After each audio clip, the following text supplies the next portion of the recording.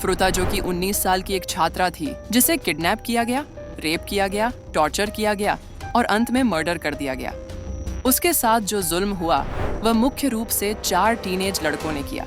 यह सब 25 नवंबर 1988 से शुरू होकर 40 दिन तक चलता रहा। जापान में इस केस को concrete encased high school girl murder case के नाम से जाना जाता है, क्योंकि उसकी बॉडी एक कॉन्क्रीट से भरे हुए ड्रम में मिली थी। इस केस की ब्रूटैलिटी ने पूरे जापान को हिलाकर रख दिया और इसे जापान की पोस्ट वॉर हिस्ट्री का सबसे ब्रूटल जुवेनाइल क्राइम माना जाता है। फुरुता का जन्म 18 जनवरी 1971 को हुआ था और वह मिसातो, साइटामा प्रीफेक्चर में पली बड़ी। वह अपने माता पिता, एक बड़े भाई और एक छोटे भाई के साथ रहती थी। जब उसकी हत्या हुई तब वह 17 साल की थी और याशियो मिनामी हाई स्कूल की सीनियर छात्रा थी। अक्टूबर 1988 से वह अपने ग्रेजुएशन ट्रिप के लिए पैसे जमा करने के लिए एक प्लास्टिक मोल्डिंग फैक्ट्री में पार्ट टाइम जॉब करती थी। उसने एक इलेक्ट्रॉनिक्स रिटेलर में जॉब भी एक्सेप्ट कर ली थी, जहां वह ग्रेजुएशन के बाद काम करना चाहती थी। फुरुता को उसके क्लासमेट्स और अध्यापक सभी पसंद करते थे। उसके अंक अच्छे थे और वह बहुत कम अनुपस्थित होती थी। उसके मित्रों के मुताबिक उसका सपना था कि वह एक आइडल सिंगर बनेगी। इस हत्या के दोषी 4 किशोर लड़के थे।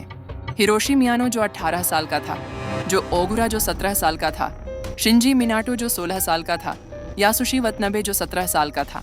ये चारों 1988 की गर्मियों में हाई स्कूल छोड़ चुके थे और अपराध में शामिल हो गए थे।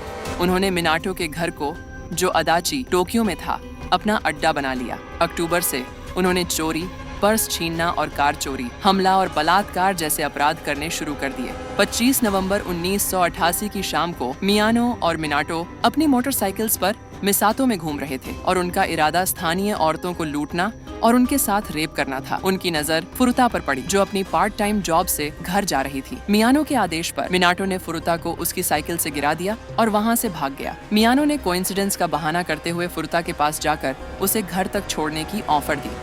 उसका भरोसा जीतने के बाद मियानो फुरुता को पास के एक गोदाम में ले गया और उसे डराया।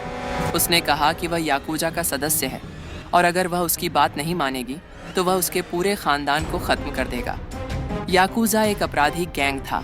मियानो ने फुरुता को टैक्सी में अडाची के एक होटल ले गया, जहां उसने उसके साथ रेप किया। बाद में उसने मिनाटो के घर कॉल करके ओगुरा को रेप के बारे में बताया। ओगुरा ने उसे कहा कि वह फुरुता को वापस न जाने दे। 26 नवंबर की सुबह मियानो ने फुरुता को होटल के पास एक पार्क ले गया, जहां ओगुरा, मिनाटो और वतानाबे इंतजार कर रहे थे। उन्होंने फुरुता से कहा कि उन्हें पता है कि वह कहां रहती है और अगर उसने भागने की कोशिश की तो याकुजा उसका पूरा खानदान मार डालेगा। मिनाटो ने फुरुता को अपने घर के 2nd फ्लोर के एक कमरे में बंद करने की इजाजत दी ताकि वे सब उसके साथ गैंग रेप कर सकें। फुरुता को 40 दिन तक कैद में रखा गया। 27 नवंबर को फुरुता के माता पिता ने पुलिस को उसके डिसअपीयरेंस की रिपोर्ट की।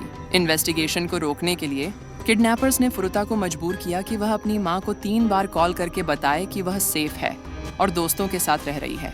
जब मिनाटो के पेरेंट्स घर पर होते थे तो फुरुता को मिनाटो की गर्लफ्रेंड का रोल निभाना पड़ता था। लेकिन जब ये क्लियर हो गया कि मिनाटो के पेरेंट्स पुलिस को रिपोर्ट नहीं करेंगे तो ये एक्टिंग बंद कर दी गई। बाद में मिनाटो के पेरेंट्स ने कहा कि उन्होंने इंटरफेयर नहीं किया क्योंकि उन्हें अपने बेटे से डर लगता था, जो उनके साथ पहले से ही वायलेंट हो रहा था। 28 नवंबर की रात को मियानो और बाकी लोगों ने नाकामुरा और इहारा के साथ मिलकर फुरुता के साथ गैंग रेप किया। उसके बाद पीटा और प्राइवेट पार्ट के साथ बहुत ज्यादा गंदी और दर्दनाक हरकतें की गईं। दिसंबर की शुरुआत में एक भागने के प्रयास की सजा के तौर पर ग्रुप ने फुरुता के चेहरे पर बार बार मुक्के मारे और मियानो ने लाइटर से उसके एंकल्स को जलाया।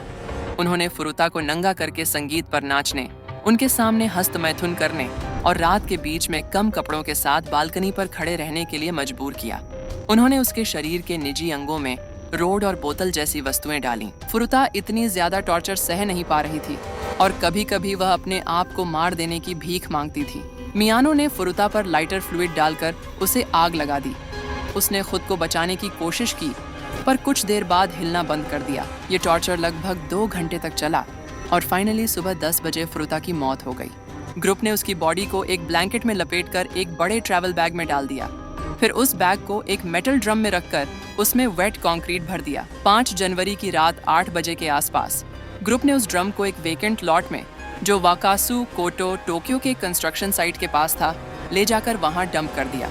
1989 की शुरुआत में मियानो और ओगुरा को एक 19 साल की लड़की को दिसंबर 1988 में किडनैप करने और गैंग रेप करने के लिए गिरफ्तार किया गया।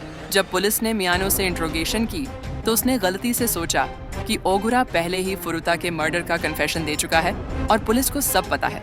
इसलिए उसने पुलिस को बता दिया कि फुरुता की बॉडी कहाँ मिलेगी। पहले तो पुलिस कंफ्यूज हो गई क्योंकि वो किसी और मर्डर केस के बारे में मियानो से सवाल कर रही थी। 29 मार्च को पुलिस ने ड्रम रिकवर किया जिसमें फुरुता की बॉडी थी और फिंगरप्रिंट्स के जरिए उसकी पहचान की गई। मिनाटो, वतनबे, मिनाटो का भाई नाकामुरा और इहारा को भी गिरफ्तार कर लिया गया। जुलाई 1990 में सभी को गिल्टी घोषित किया गया और टोक्यो डिस्ट्रिक्ट कोर्ट ने उन्हें abduction, sexual assault, confinement, rape, assault, murder और एक लाश को छुपाने जैसे क्राइम्स के लिए सजा सुनाई। सभी ने अपील डाली, लेकिन जुलाई 1991 में टोक्यो हाई कोर्ट ने तीनों की सजा और बढ़ा दी और चारों को 17 से 20 साल की सजा हुई।